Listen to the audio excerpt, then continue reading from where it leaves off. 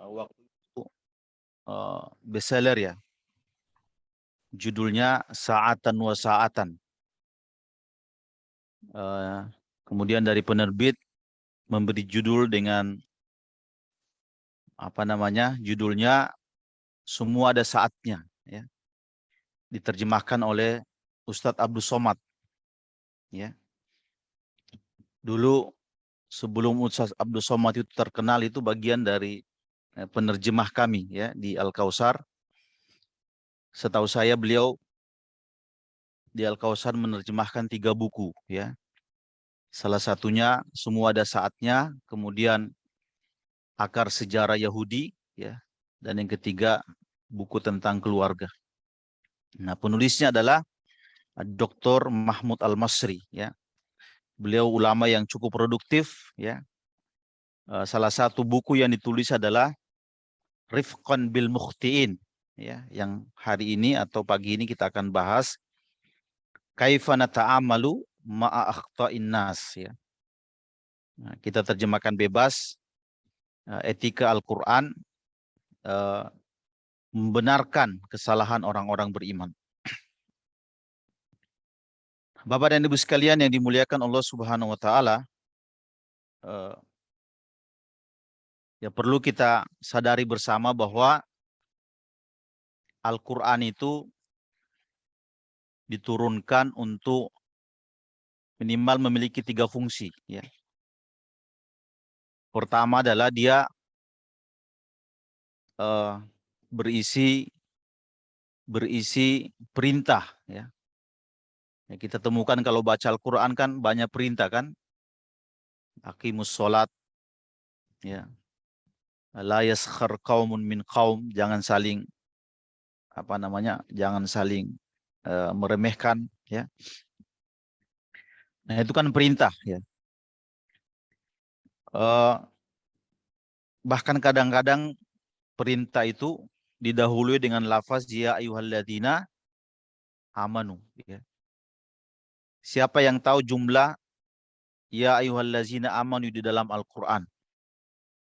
Nah, itu jumlahnya sekitar 43 kata yang menggunakan ya ayyuhalladzina amanu, ya. Kata Ibnu Mas'ud, kalau Allah memulai sebuah perintah atau larangan dimulai dengan ya ayyuhallazina amanu, itu pasang telinga baik-baik. Karena setelah ayat itu ada sebuah perintah yang sangat penting dikerjakan atau ditinggalkan bagi orang-orang beriman. Yang kedua, Al-Qur'an itu berisi larangan, ya. Kita baca Al-Qur'an banyak larangan. Yang ketiga, ya, ini yang menjadi bahasan, Al-Qur'an itu berisi koreksi, ya. Baik koreksi itu kesalahan yang terjadi pada umat-umat terdahulu maupun kesalahan yang terjadi pada umat Islam itu sendiri, ya. Salah satu contoh misalnya Bapak dan Ibu sekalian, ya, Al-Qur'an bagaimana mengkoreksi kesalahan umat-umat terdahulu, ya. Ya.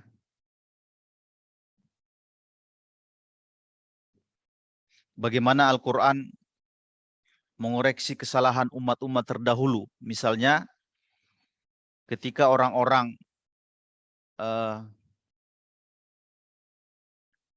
Yahudi, ya, meyakini bahwa mereka telah membunuh dan menyalib Nabi Isa, ya.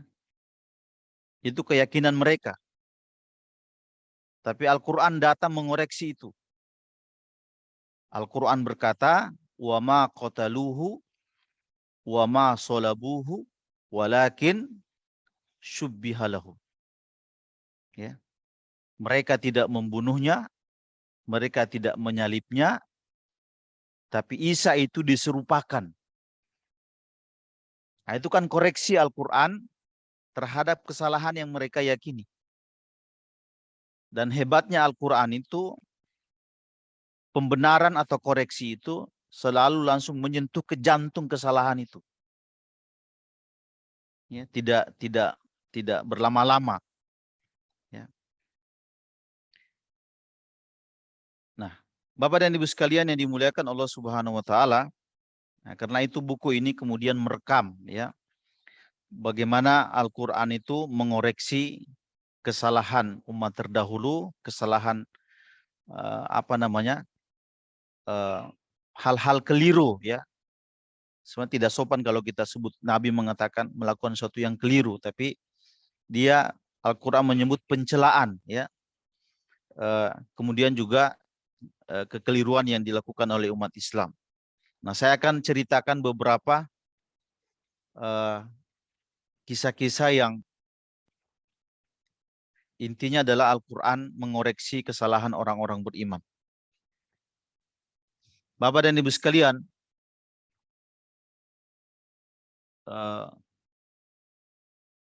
ketika terjadi perang Uhud, ya,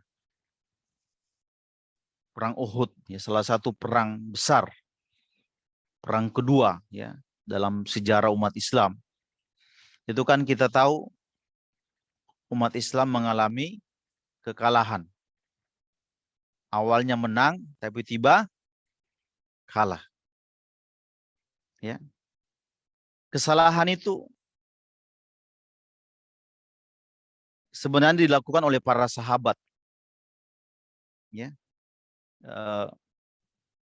tim pemanah itu tergiur dengan melihat sahabat-sahabatnya yang lain sudah bagi-bagi ghanimah. Ini kayaknya nih kita nggak dapat kalau di sini terus nih. Akhirnya mereka meninggalkan itu, ya, meninggalkan pos itu, kemudian datang ke sana untuk mendapatkan jatah. Ternyata Khalid bin Walid cerdas itu, Pak. Nah, ini ada yang kosong nih. Khalid bin Walid saat itu masih belum masuk Islam. Dia yang memimpin perang dari pihak musyrikin. Singkat cerita, kaum muslimin mengalami kekalahan, banyak yang terluka, Nabi juga mengalami luka. Sebutkan giginya patah gitu ya. Nah, coba perhatikan, ini kan kekeliruan sebenarnya. Kalau mereka pun disalah-salahkan itu pantas. Ya. Kalau mereka disalah-salahkan itu pantas. Tapi coba kita lihat bagaimana Allah kemudian menurunkan beberapa ayat yang terkait dengan mereka. Allah Subhanahu wa taala berfirman tentang perang Uhud dalam surat Al-Imran 132 dan seterusnya. 139 dan seterusnya, ya. Allah berfirman, wala tahinu wala tahzanu wa antumul a'launa. Ya. Kita perhatikan, kita bisa membayangkan kondisi dalam keadaan terpuruk, lagi kalah, ya. Disalah-salahin kan nggak enak tuh. Sebab orang yang salah itu tidak mau disalah-salahin. Ya. Itu laki-laki kalau salah, itu nggak mau disalah-salahin. Apalagi perempuan. Ya. Tapi Islam datang atau Al-Quran datang membesarkan jiwa mereka. Memompa semangat mereka. Bahasanya adalah, jangan kalian merasa hina, jangan merasa sedih, karena kalian itu orang-orang beriman. Ya. Dilanjut lagi. Ya. In yamsaskum karhun faqad massal qauma karhun. Kalau kalian hari ini terluka, ya, mereka juga terluka. Nah, sama. Coba Bapak perhatikan redaksi bahasa itu. Kalau masuk ke hati itu enak. Kalau kalian terluka, mereka juga terluka, sama. Ya kan? Dalam surat An-Nisa itu disebutkan, kalian punya harapan, mereka tidak punya harapan. Nah, enak tuh bahasa gitu, Pak. Nah, itu namanya membesarkan jiwa orang-orang yang salah. Memompa semangat orang-orang yang keliru. Ya. Nah, coba lihat lagi bahasanya, wa tilkal ayyamu nudawiluha bainan nas. Hari-hari itu ya adalah hari-hari yang kami pergilirkan. Di perang Badar dulu kalian menang. Nah, di Uhud kalah. Nanti ada lagi perang berikutnya, ada menang lagi. Nah, itu hari-hari yang dipergilirkan. Enak dengar bahasa kayak gitu, Pak. Ya. Kalau bahasa kita sekarang, hari ini kita sakit, nah besok sembuh. Besok ada sakit lagi. Yang berbisnis juga begitu kan. Hari ini dia mulai bisnis, tiba-tiba bangkrut. Ya. Habis itu dia naik lagi, menang terus. Ada lagi masa-masa dia. Nah, kira-kira begitu. Hari-hari itu adalah hari-hari yang kami pergilirkan. Tidak ada orang itu yang, tidak ada orang, masa, penguasa, pemimpin yang bisa memegang hari. Ya, tidak ada peradaban yang bisa memegang hari. Hari itu dipergilirkan. Nah, coba Bapak perhatikan kalau orang kalah dengar bahasa kayak gini, enak nggak? Nah, saya kira enak. Oh iya ya, nanti kita menang lagi. Ya. Nah, Allah melanjutkan waliya'lamallahu alladzina amanu, ya. Supaya dengan perang ini Allah mengetahui mana orang-orang beriman. Nah, jadi kalau ada medan perjuangan, kita bisa menyeleksi mana orang yang betul-betul tulus, mana yang tidak. Dikasih ruang ujian. Ya. Yang kedua, tujuan perang itu Bapak dan Ibu sekalian, wayattakhidha minkum syuhada. Dari perang itu akan dicabut orang-orang yang akan mati syahid. Ya enggak? Nah, itu tujuan perang, tujuan mulia, melengahilkan orang-orang yang mati syahid. Mati syahid adalah syahid artinya kesaksian, Pak. Islam memberikan kesaksian bahwa orang itu membela agama sampai dia mati. Makanya disebut syahid. Bahasa jamaknya syuhada. Ya. Nah, itu sebenarnya gelar mulia. Ya. Nah, saya kira ini menjadi bahasa yang indah untuk mengoreksi orang-orang yang sedang keliru. Ya. Apalagi karakter orang-orang Arab itu, Pak. Ya. Misalnya ada yang temperamental, ada yang emosi, ada yang tidak punya, misalnya keadaan ekonominya lagi sulit, tiba-tiba dimarah. Nah, pasti dia meninggalkan Nabi kan dan bergabung dengan timnya Abu Jahal. Jadi poin ini kita bisa belajar bagaimana kemudian Al-Quran itu mengoreksi kesalahan orang-orang beriman. Ya, bahkan penulis ini memberi judul dengan Rifqan bil Mukhtiin.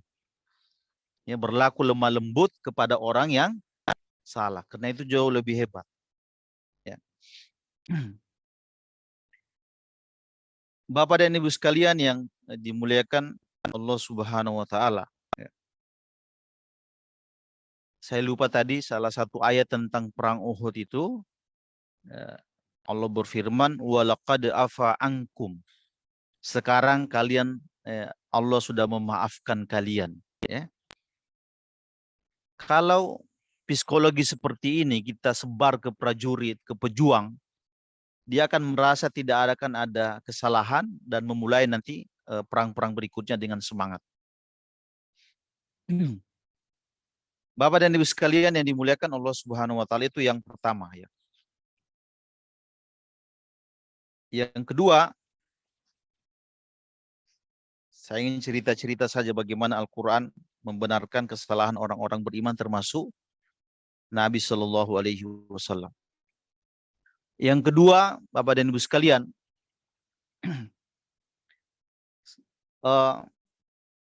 kembali cerita tentang Zainab sedikit. Kemarin panjang lebar kita sudah ngomongin Zainab ya.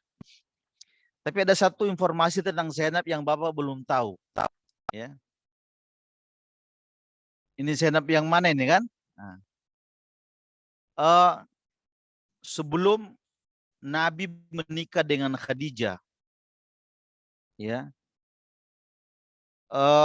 ada seorang budak hitam namanya Zaid bin Haritha. Ya. Zaid bin Haritha. Zaid ini orangnya hitam, budak gitu. Setelah Nabi menikah dengan Khadijah, Aisyah kemudian membeli Zaid bin Haritha. Nah, dibeli. Maaf, Khadijah membeli Zaid bin Haritha yang budak tadi itu, kemudian dihadiahkan kepada Nabi Sallallahu Alaihi Wasallam. Jadi Khadijah beli budak, dikasih ke hadiah ke Nabi. Dulu budak itu bisa begitu kasusnya. Setelah Nabi mendapatkan hadiah Zaid bin Haritha itu, Nabi kemudian memerdekakan Zaid bin Haritha itu, dimerdekakan oleh, tidak sekedar dimerdekakan, tapi diangkat menjadi anak angkat. Diangkat jadi anak angkat. Jadi anak angkat Nabi siapa namanya? Zaid bin Haritha. Itu prosesnya begitu, Pak. Ya. Setelah beliau angkat menjadi anak angkat, ya, Nabi kemudian menikahkan Zaid bin Haritha dengan putri bibinya Nabi. Nah, jadi Nabi itu sebut apa ya? Sepupu ya, Pak? Ya kan? Nah, jadi Nabi itu punya sepupu namanya Zainab bintu Jahash. Nah, Zainab lagi. Zainab bintu Jahash. Karena Zainab bintu Jahash itu punya ibu namanya Umamah bin Abdul Muthalib. Jadi itu saudaranya Nabi kan? Kata Nabi, nikah dengan keponakan saya, sepupu saya. Jadi Zaid bin Haritha ini menikah dengan Zainab bintu Jahash. Dari hasil pernikahan ini lahir seorang anak yang bernama Usama bin Zaid. Nah, agak repot nih cara-cara ini, Pak. Nah, Bapak dan Ibu sekalian memuliakan Allah Subhanahu wa taala, lama prosesnya berlangsung. Nabi itu ada keinginan untuk menikahi Zainab bintu Jahash. Ada keinginan untuk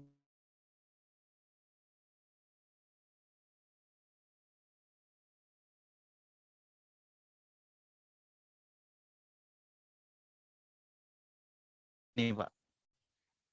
Diputar-putar begini. Istri dari anak angkatnya. Angkatnya Nabi. Ada keinginan. Nah, keinginan itu Nabi sembunyikan. Nabi sembunyikan. Ya.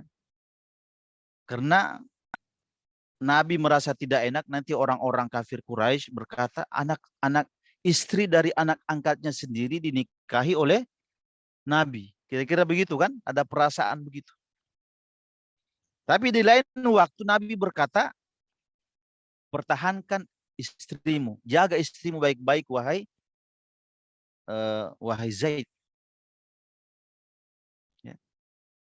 Nah, Bapak dan Ibu sekalian yang dimuliakan Allah Subhanahu wa taala, waktu berlangsung Zaid bin Haritha ini menceraikan istrinya sendiri Zainab bintu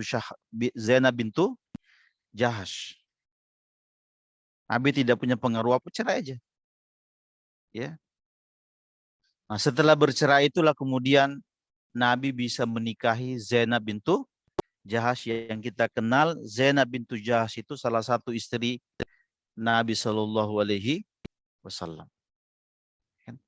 Tapi proses menyembunyikan itu, Nabi akan menikahi anak dari istri dari anak angkatnya disinggung oleh Al-Quran dalam surat Al-Ahzab ayat 37. Ya, Pak. Ya. Allah Subhanahu wa taala berfirman, wa iztaqulu lilladzi an'amallahu alaihi. Ingat wahai Muhammad, ketika kamu berkata kepada laki-laki yang dia itu diberikan nikmat, maksudnya Zaid, amsik alaika zaujaka, jaga baik-baik istrimu, ya, wattaqillaha, dan wahai Zaid, bertakwa kepada Allah tentang istrimu, ya. Wa tukhfi fi nafsika, sementara engkau wahai Muhammad menyembunyikan, ya, dalam dirimu. Nah, itu tadi yang saya bilang, ya, mallahu mubdihi, sementara Allah ingin menampakkannya. Nah, ini terkait dengan hukum Bapak dan Ibu sekalian, menikahi anak angkat. Hah? Betul, ya, menikahi istri anak angkat atau menikahi anak angkat kalau dia perempuan. Ayat ini ingin menghapus itu. Karena Nabi itu kan dikoreksi karena Zaid itu dulu dinisbahkan ke Muhammad. Orang-orang orang-orang Quraisy dulu mengatakan Zaid bin Muhammad. Zaid bin Muhammad. Al-Quran mengatakan jangan bilang Zaid bin Muhammad, yang benar Zaid bin Haritha. Nah, ketika Zaid bin Haritha ini bercerai dengan Zainab, Allah kemudian menikahkan dengan Nabi. Jadi Bapak dan Ibu sekalian, ada peristiwa unik yang menikahkan Nabi dengan Zainab itu Allah Subhanahu wa taala. Mana ayatnya? Allah berfirman, "Wa zawwajnakaha." Kami nikahkan engkau Muhammad dengan Zainab. Nah, karena itu katanya, ya, katanya nih dalam beberapa riwayat disebutkan Zainab itu kalau sudah agak tegang-tegang dengan istri Nabi yang lain, nah ini yang dia munculkan. Kalian itu dinikahkan oleh makhluk hidup. Saya ini dinikahkan oleh Allah. Ya kan? Kalau Aisyah yang dijual lain lagi. Kalian itu nikah dalam keadaan janda, saya ini perawan. Nah, masing-masing ada pelurunya, Pak. Ya. Nah, itu apa namanya? Menarik saya kira ketika mempelajari sejarah-sejarah yang seperti ini. Tapi kita lihat bagaimana kemudian apa namanya Al-Quran itu mengoreksi Nabi Shallallahu Alaihi Wasallam. Ini kan ayat kalau kita lewat kan kita ngerti maksudnya apa ini kan. Kalau yang ketiga ya, saya kira peristiwa Abdullah bin Umi Maktum saya tidak usah bahas lagi karena sering diulang-ulang. Ya Pak ya, seorang laki-laki buta yang datang kepada Nabi dan Nabi sibuk dengan pembesar Quraisy. Turun ayat Abasa, itu tidak perlu kita ini karena sudah sering kita dengar. Ya. Bapak dan Ibu sekalian yang dimuliakan Allah Subhanahu wa taala. Al-Qur'an mengoreksi juga para sahabat. Ya. Ketika hendak terjadi penaklukan kota Mekah. Nah, perhatikan Pak, ya. Ketika hendak terjadi penaklukan kota Mekah, ya. Itu ada seorang sahabat namanya Hatib bin Balta'ah. Hatib bin Balta'ah. Hatib bin Balta'ah. Ini sahabat Pak. Dia ini kan satu kota dengan Nabi di Medina kan. Sementara Nabi akan menaklukkan kota Mekah untuk datang kedua kalinya.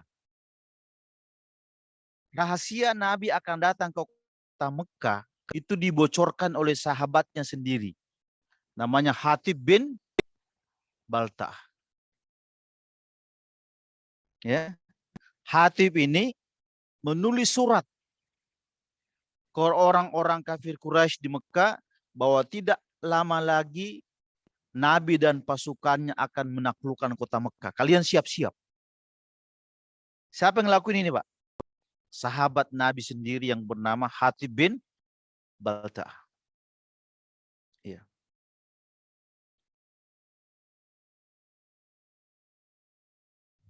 Bapak dan Ibu sekalian yang dimuliakan Allah Subhanahu wa taala, ketika di perjalanan, nah ini bagusnya ada keterlibatan malaikat Jibril. Ya, seandainya tidak ada malaikat Jibril, Nabi nggak tahu permasalahan ini. Disampaikan bahwa kedatanganmu itu sudah tercium oleh masyarakat Quraisy, dan yang bocorkan adalah sahabatmu sendiri. Namanya siapa tadi, Pak? Hatib bin Balta'ah. Ini saya kira kalau kita belajar sejarah namanya sering diulang-ulang. Ya. Nah, Hatib bin Balta'ah ini masalahnya adalah salah satu sahabat yang sudah ikut perang Badar. Orang kalau sudah ikut perang Badar itu, Pak, itu kontribusinya udah luar biasa dalam Islam. Istilahnya tidak diragukan lagi kan?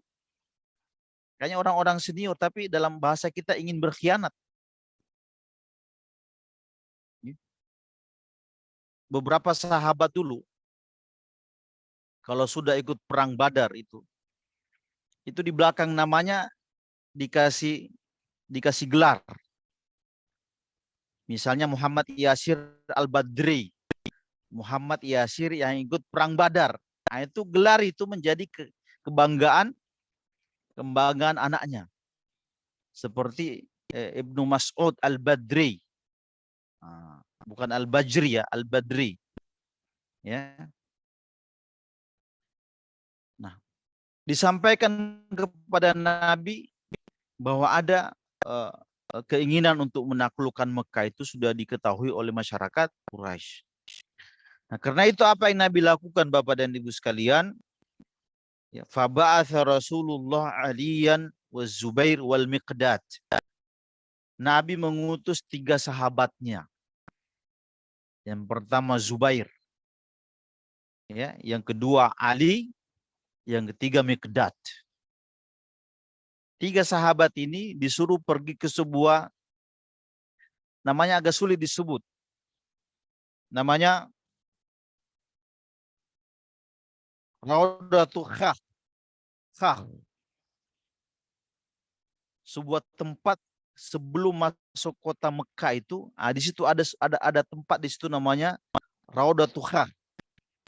Kata Nabi, pergi ke tempat itu, cegat wanita itu. Datang ke sana, Pak. Ternyata mereka bertemu seorang jariah. Dia sebenarnya budak sih, ya. Orang-orang dulu menyebut budak itu dengan jariah. Para ulama menyebutkan ini sedikit faedah, Pak. Kenapa disebut jariah? Ayo. Padahal jariah artinya berlari kan? Jara yajri, majra yajri. Karena budak itu kalau disuruh berlari, namanya jariah. Nggak ada budak itu disuruh tunggu dulu, nggak ada. Makanya dia berlari, disebut jariah. Ya kan, itu bahasa Arab enak tuh, Pak, nyebutin orang ya. Di situ mereka ketemu 3 sahabat tadi, Ali, Miqdad, Zubair, ketemu budak ini. Ya. Ternyata sudah menyimpan di sanggulnya sebuah surat. Surat. Ya, yang intinya memberitahu bahwa pasukan Nabi tidak lama lagi datang ke. Kata sahabat ini, keluarkan apa yang ada di sanggul kepalamu itu. Kata perempuan ini, ma ma'i min kitab. Saya nggak bawa apa-apa. Nah, dia berbohong itu.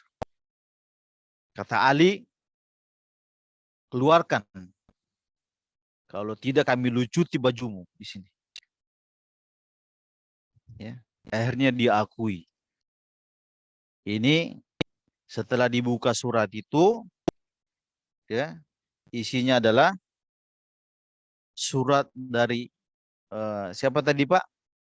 Hatib bin Balta'ah untuk itu.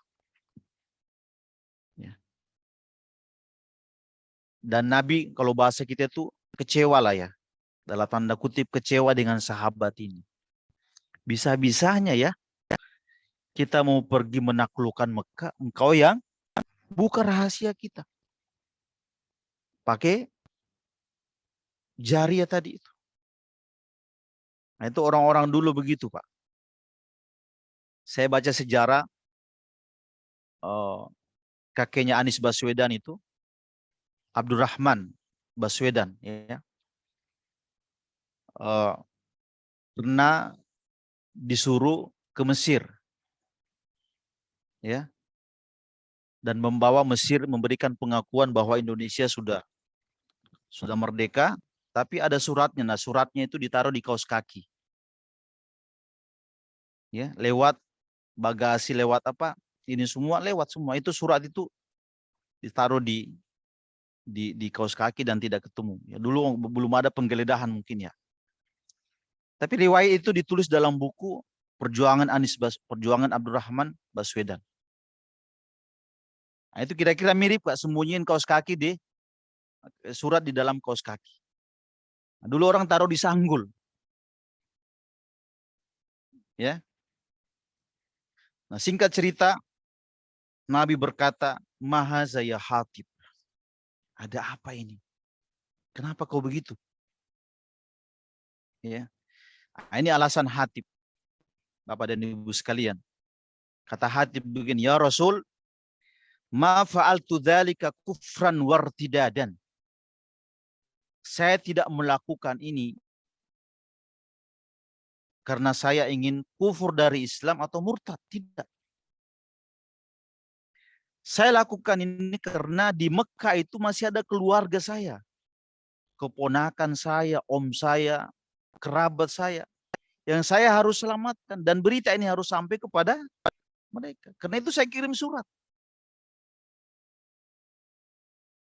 Ngerti nggak nih Pak? Ya. Itu Umar yang ada di situ nggak percaya. Nah, ini Umar ini kan ada tipikal sahabat yang begini, perlu juga Pak. Ya. Kata Umar, "Da'ni ya Rasulullah adribu unuka hadal munafiq." Ya Rasul, biarin saya yang memotong leher si munafik ini. Padahal itu sahabatnya.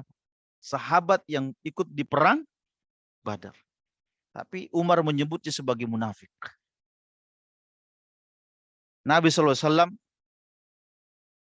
"Wahai Umar, dia ini sudah ikut perang Badar. Ya. Siapa yang tahu di dalam hatinya bahwa dia punya tujuan dalam tanda kutip mulia sebenarnya."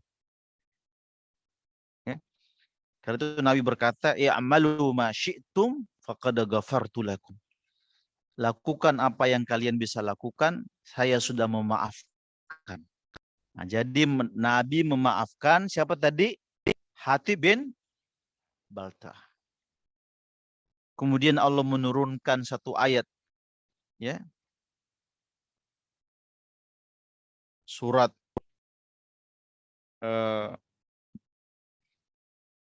apa ini, surat Al-Mumtahanah. Ya ayyuhalladzina amanu la tattakhidhu aduwwi wa adukum, seterusnya. Wahai orang-orang beriman, jangan kalian menjadikan musuhku dan musuh kalian sebagai kekasih. Artinya yang paling berhak kalian jadikan musuh itu yang lain. Kalau ini jangan. Tapi coba kita lihat bagaimana koreksi Al-Quran tentang itu. Ya enggak Pak? Nah, panjang ceritanya, kalau kita tidak ini mungkin bisa bingung. Tapi kira-kira begitu ya. Ini sudah jam 3 ya Pak?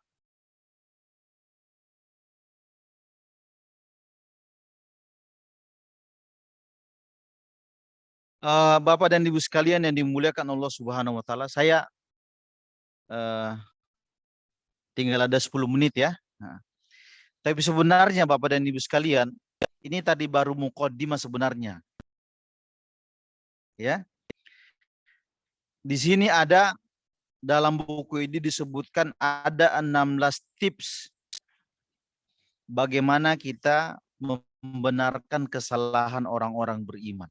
Masing-masing ada dalilnya. Tapi beliau ringkas dengan judulnya ini, dalilnya ini, judulnya dan ini. Saya sekilas saja saya bacakan nih, saya tidak bahas tapi saya bacakan saja. Yang pertama, hendaklah kalau kita memperbaiki orang lain itu, ya, tujuan kita pertama adalah karena Allah Subhanahu wa taala. Kalau kita ingin membenarkan sahabat, kasih masukan, nah kita kembali dulu ke hati kita. Tujuan kita ingin disebut-sebut atau kita ingin dia benar karena Allah. Nah, itu penting. Ya, beliau kemudian menurunkan sebuah hadis yang sebenarnya menakutkan gitu ya. Ada 3 orang yang dihisap. Yang pertama seorang mujahid, kemudian seorang qori, kemudian seorang dermawan. Tapi kata Allah semua adalah kazabta. Engkau dusta. Semua kau lakukan ini bukan untuk karena Allah. Jadi amal-amal besar tidak ada manfaatnya. Karena tidak dilakukan karena Allah. Nah, itu pertama. Itu menurut saya hadis itu menakutkan. Ya, kayak kita ini bisa masuk dalam hadis ini. Ya. Nah, sholat subuh ini Pak, ibadah besar. Kalau kita ikutkan dengan niat yang kecil, nah dia jadi ibadah kecil. Tapi kalau kita ikutkan dengan niat yang besar, dia jadi amal besar. Karena itu menasihati orang mungkin sederhana. Tapi kalau niat kita besar di balik itu, nanti kalau dia sudah benar nih, semua amalan-amalan dia akan balik berkahnya ke kita. Karena kita yang koreksi dia. Betul kan? Nah, itu yang pertama. Yang kedua kata beliau, hendaklah yang menjadi standar pembenaran itu adalah berdasarkan tinjauan syariat, bukan perasaan. Ya. Dan kadang kita orang bilang salah itu karena perasaan kita. Ya enggak, Pak? Nah, nanti ada penjelasannya panjang. Yang ketiga adalah hendaklah kita adil di dalam memberikan hukum kepada orang itu. Ya. Ya, saya kira ini penting. Kadang-kadang karena kita kalau orang kecil kita anggap renteng. Kalau orang yang punya kedudukan kita kasih keringanan-keringanan hukum. Saya kira ini menjadi masalah ya, seperti kasus Usama dengan Fatimah. Kemudian hendaklah kita ngerti bahwa kesalahan itu merupakan tabiat manusia. Kesalahan itu menempel pada diri manusia. Kita ini Pak, orang-orang beriman nih, kalau ada kita melakukan kesalahan, kita jangan menyebut dia sedang melakukan maksiat. Tapi bahasa yang paling tepat adalah dia sedang tergelincir. Karena fitur asli orang-orang beriman itu adalah berbuat baik. Kapan di luar sedikit dia tergelincir saja dan akan balik. Sama kasusnya ketika ada onta di masa Nabi itu, ada onta yang berjalan. Tiba-tiba onta itu berhenti. Kata para sahabat, ya Rasul ini kenapa onta berhenti? Dipukul-pukul nggak mau jalan. Kata Nabi, berhenti itu bukan karakter onta. Onta itu adalah terus berjalan. Nabi berkata, habasaha habisul fil. Onta ini bisa berhenti karena tertahan oleh gajahnya Abraha. Jadi lewat di tempat Abraha mau nyerang, Ka'bah itu onta itu ngingat di sini dulu ada peristiwa. Dia berhenti juga. Tapi para ulama berikan komentar yang menarik. Kalau onta saja Nabi bisa memahami, manusia itu jauh lebih hebat. Artinya kalau manusia itu suatu saat orang beriman dia tergelincir, itu bukan sifat asli. Itu bukan sifat, dia hanya tergelincir untuk balik kembali. Ya, itu bahasa menarik. Kemudian yang berikutnya adalah jangan sampai kita menasihati orang, tapi yang muncul adalah kemungkaran lebih besar setelah itu. Ya, sama dengan kita dalam Al-Quran kan dilarang mencaci maki Tuhannya orang-orang musyrik. Sebabnya apa, Pak? Nanti mereka balik mencaci maki Allah Subhanahu wa taala. Itu kan ada etika menasihati di dalam Al-Quran. Kemudian yang berikutnya adalah membedakan kesalahan pribadi dan kesalahan syariat. Ya enggak, Pak? Ada nih sifatnya kesalahan pribadi. Ya, tidak ada hubungannya dengan syariat. Ya. Itu kita harus bedakan. Karena Nabi itu katanya memaafkan kesalahan-kesalahan yang ada pada dirinya, tapi tidak memaafkan kesalahan agama. Contoh misalnya, Pak, contoh ya, ini menarik. Bapak tahu siapa yang bunuh paman Nabi? Namanya Wahsy. Bapak tahu siapa yang celakai Zainab waktu hamil? Jadi waktu hamil itu Zainab pernah dicelakai. Namanya Habbar bin Aswad. Zainab sampai keguguran. Ya, di hadapan Nabi ini, Nabi itu punya catatan untuk dua laki-laki ini. Dua laki-laki ini. Nabi sangat marah kepada Wahsy. Nabi sangat marah kepada Habbar. Tapi ketika keduanya sudah masuk Islam, Nabi memaafkan. Nah, itu kan, itu namanya kesalahan pribadi dan kesalahan itu. Itu menarik, Pak. Ya, tinjauan sejarah. Kemudian yang berikutnya adalah, saya lompat-lompat, kesalahan ijtihad dan kesalahan pribadi. Kadang-kadang kita ini ada seorang mujtahid yang sudah layak menjadi mujtahid, kita salah-salahin.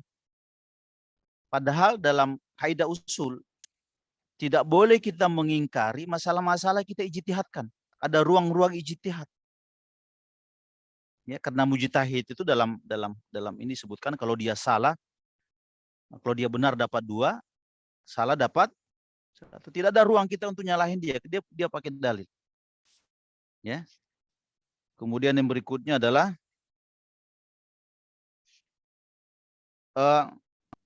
kesalahan itu ada tabiat dengan asal usul penciptaan. Kalau misalnya gini, laki-laki itu yang boleh dibenarin yang mana, yang perempuan yang mana. Ya kan? Ada orang biasanya kecemburuan wanita itu dia berusaha untuk hilangin.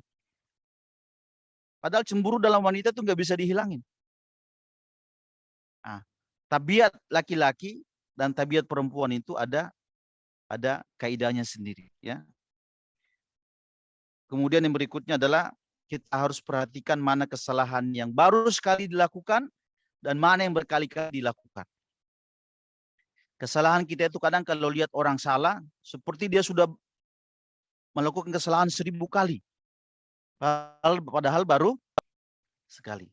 Nah, ini saya kira perlu kita perhatikan. Dan membedakan mana kesalahan yang dilakukan secara rahasia, mana yang terang-terangan. Ada orang biasanya lakukan kesalahan tapi dia diam-diam, Pak. Tapi ada orang biasanya sudah demonstratif. Apa-apa dia hobi mengiklankan kesalahannya. Ya.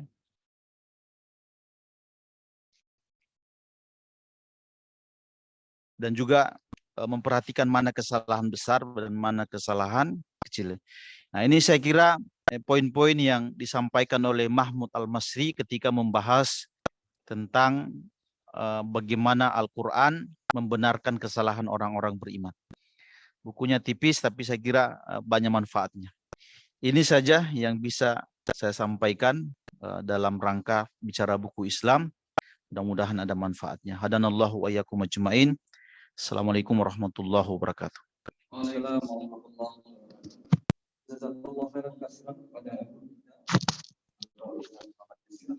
Ada kesempatan langsung.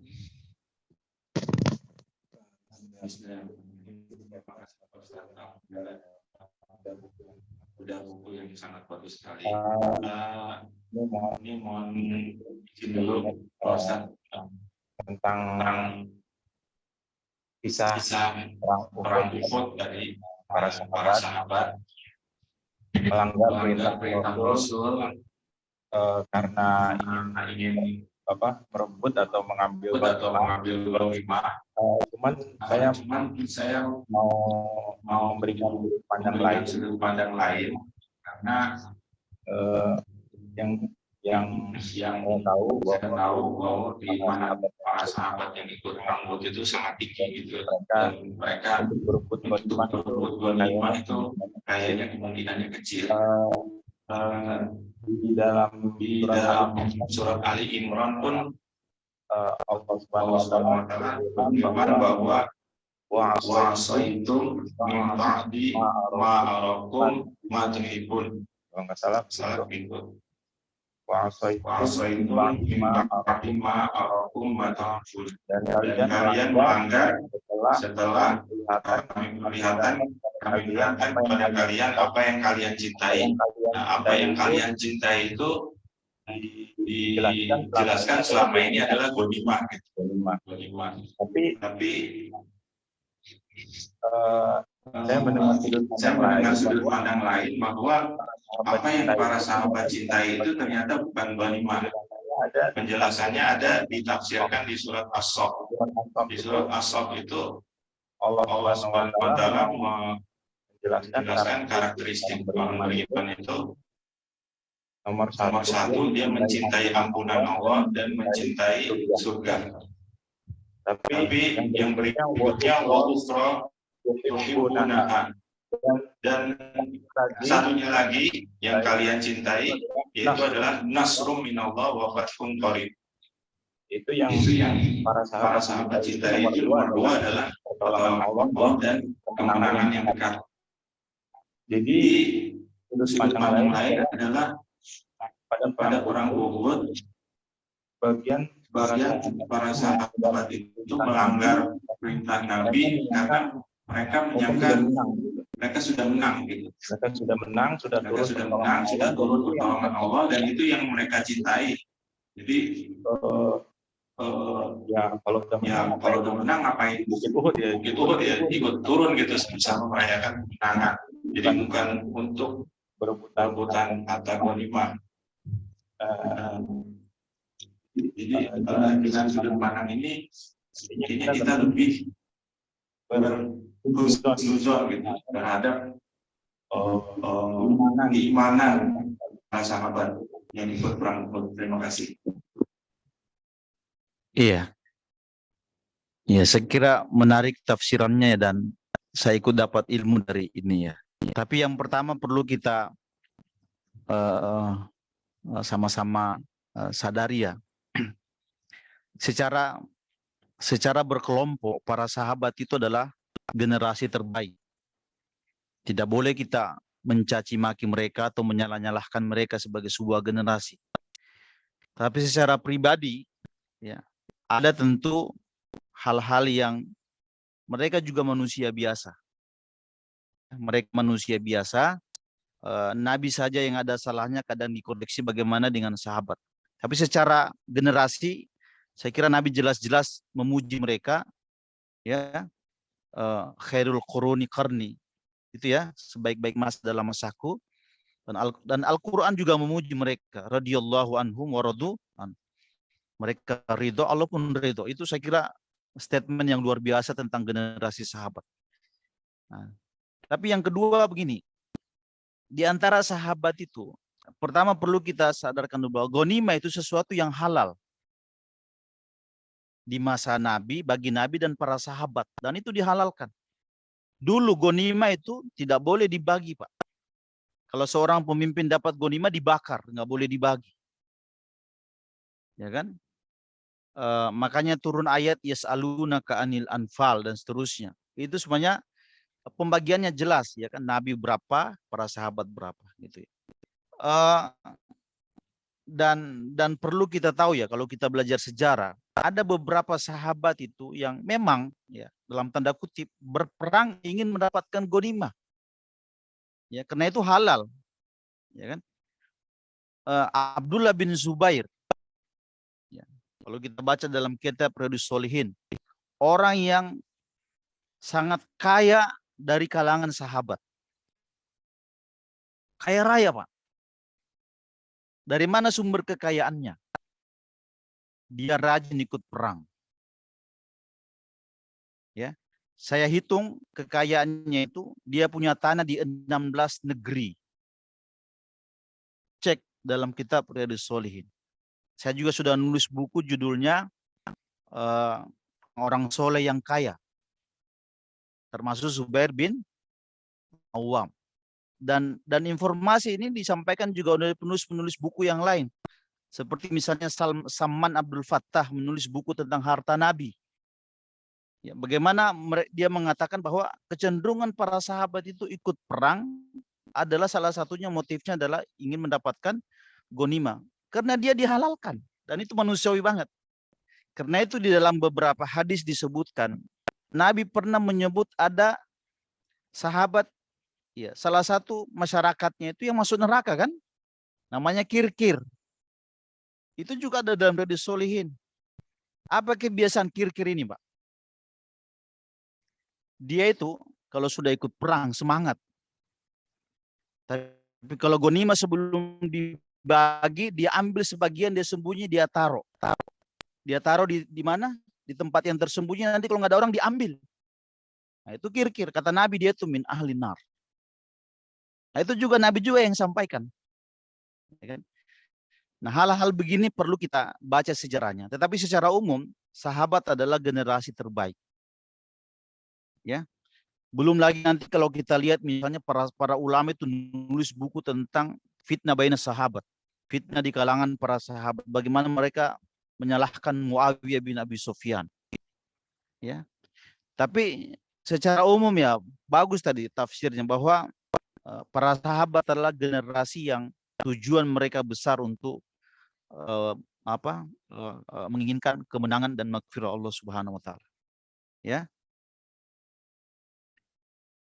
Saya kira itu.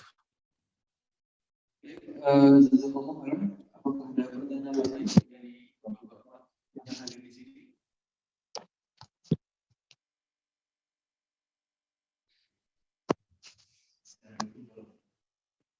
Selamat. Tadi saya dengar Nabi waktu saat anak angkat Nabi masih berdua sama yang lain, ada tadi kesan saya terangkat atau tidak tahu ya, bahwa Nabi ada keinginan untuk Zaid. Gitu. Di cerita lain saya mendengar juga bahwa anak angkat Nabi itu sudah melaporkan kepada Nabi ingin bercerai, tapi Nabi memberi saran jangan bercerai. Terus kembali lagi anak angkat Nabi, karena istrinya itu kalau tidak salah itu adalah anak pembesar suku, karena banyak kaumnya. Nah, karena terlalunya istrinya anak angkat Nabi, maka anak angkat Nabi minta lagi bercerai. Akhirnya ya sudah, kalau kamu tidak sanggup akan bercerai. Nah, kalau menurut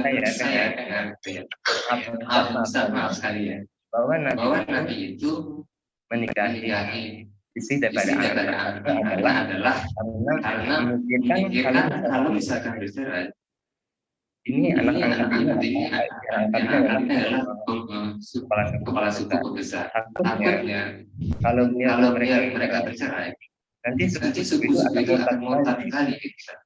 Itu salah satu yang saya dengar. Bukan sejarah ini sebenarnya.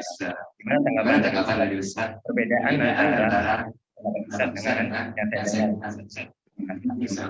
Iya. Iya. Ya kalau pendapat saya setuju, Pak. Pertama begini, kalau Bapak mau cari orang awam yang namanya disebut dalam Al-Quran, ya, itu adalah Zaid. Zaid, ya. Allah berfirman, falamma qada Zaidan watara. Ya. Ketika Zaid menceraikan istrinya. Zawwajnakaha, wahai Zainab, wahai Muhammad, kami nikahkan kau dengan Zainab.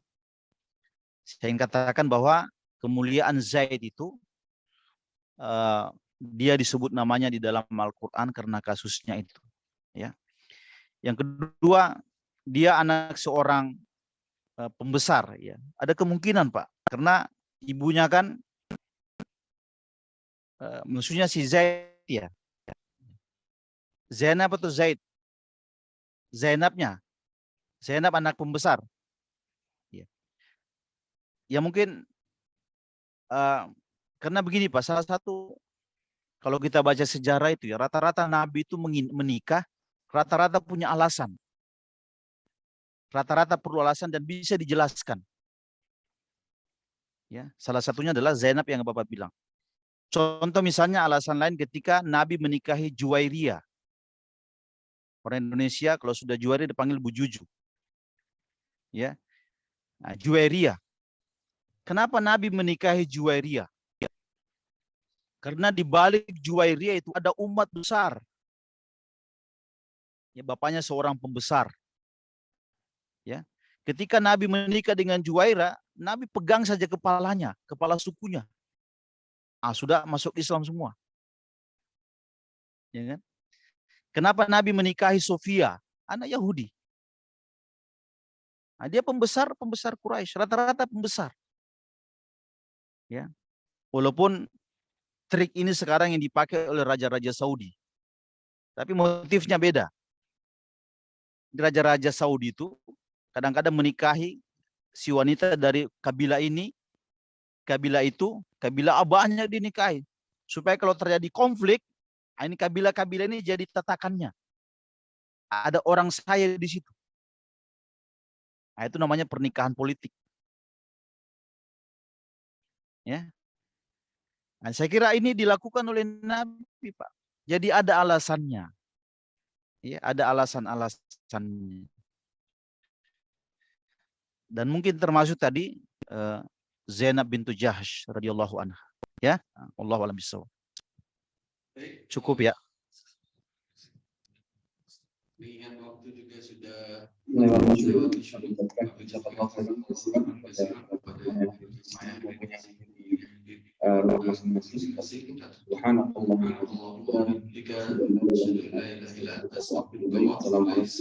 warahmatullahi wabarakatuh.